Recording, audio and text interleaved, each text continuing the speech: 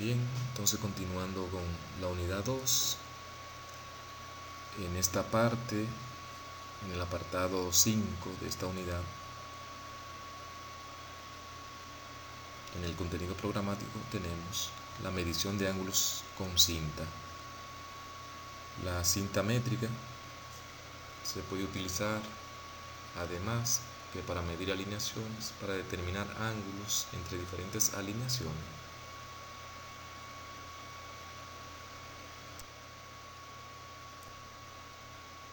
También podemos realizar trazo de perpendiculares con cinta.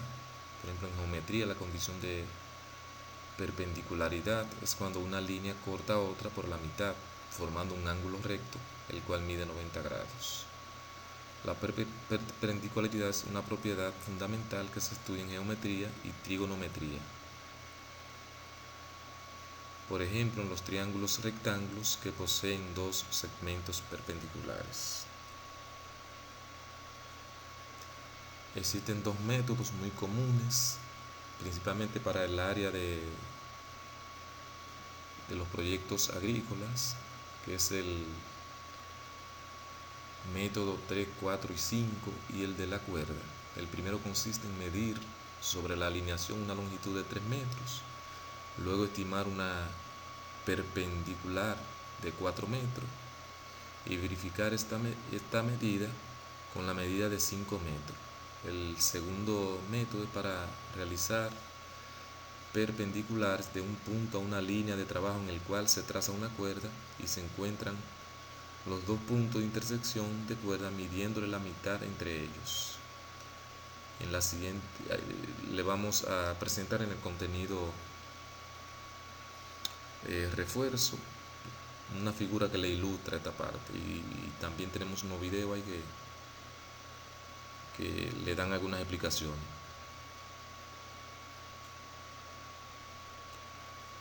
Ya en el apartado 7 tenemos lo que es la medida de una distancia cuando se presentan obstáculos. Esta medida, cuando se presentan obstáculos, la más común es la que se utiliza, la que se calcula mediante el teorema de Pitágoras. Dice que en un triángulo rectángulo la hipotenusa es igual a la raíz cuadrada de las sumas de los catetos al cuadrado, y que en ese mismo tipo de triángulo el cuadrado de uno de los catetos es igual a la raíz cuadrada de la resta de la hipotenusa al cuadrado menos el otro cateto al cuadrado.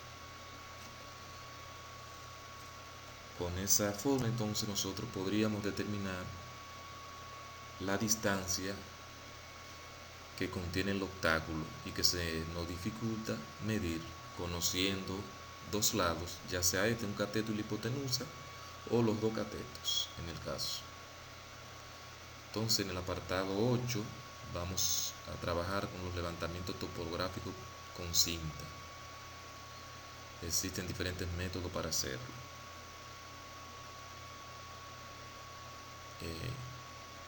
En el contenido programático yo le puse algunos ejemplos y le puse algunos videos y algún contenido también teórico práctico para que puedan irse guiando. Entonces ya ustedes saben que para estos levantamientos se requieren de ciertos instrumentos. El principal es la cinta métrica, que puede ser de cualquier de la longitud que ustedes deseen, 20, 30, 50 y hasta 100 metros, si ya son mayores extensiones. También usamos salones, que son tubos de madera o aluminio, vienen pintados de franjas alternas de color blanco y rojo, de unos 30 centímetros. Están los pines, que son varillas de acero que se utilizan para indicar los puntos intermedios cuando la distancia es mayor a la longitud de la lienza, o sea, de la cinta. Entonces vamos marcando la longitud de la cinta y desde el punto inicial al punto final de la cinta, entonces en ese segundo punto ponemos los pines o la varilla y ahí continuamos entonces en el proceso. Está la brújula también, que se utiliza de cualquier tipo que se disponga, y la misma será necesaria para localizar el norte del plano topográfico. Está la porra y mandaria. Mazo o martillo se utiliza para para hincar las estacas de madera que se señalan los puntos de levantamiento. Está la plomada también, que es un instrumento para medir distancias verticales.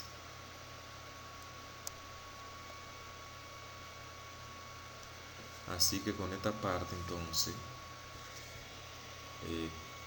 concluimos con estos apartados que tienen que ver con el levantamiento que vayamos a realizar. También en el apartado 9 de esta unidad 2 también están las fórmulas para el cálculo de área, que las que más se usan son las fórmulas de los trapecios. También existe la fórmula de Simpson, pero que la de Simpson en nuestra área no la usamos, porque como se usa para el cálculo de integrales,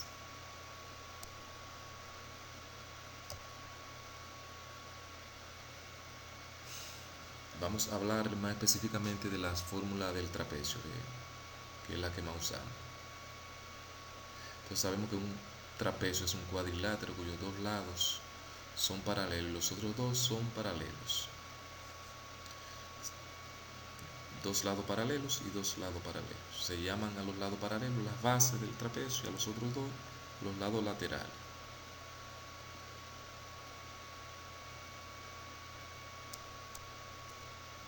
Los elementos del trapecio es la base del trapecio, son los lados paralelos, y los lados laterales son los otros dos lados. Y la mediana es el segmento que une las mitades de los lados laterales. Entonces hay varios tipos de trapecios. Está el trapecio isósceles y el trapecio rectángulo.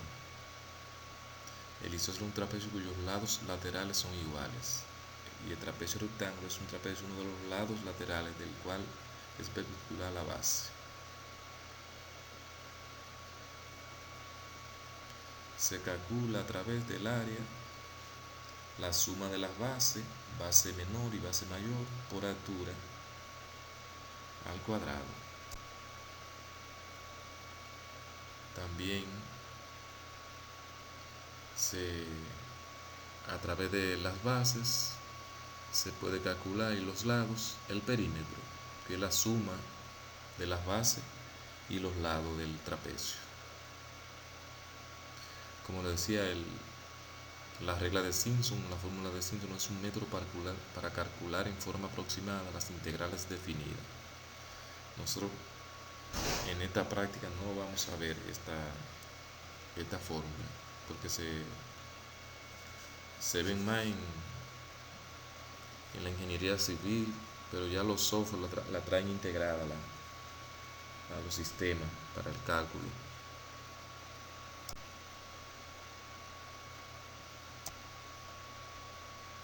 Así que ya ustedes saben. Entonces concluimos con esta parte de la unidad. Tienen un material de refuerzo, tienen algunos videos de las prácticas y también tienen una parte práctica de los levantamientos con mediciones con cinta como refuerzo. Así que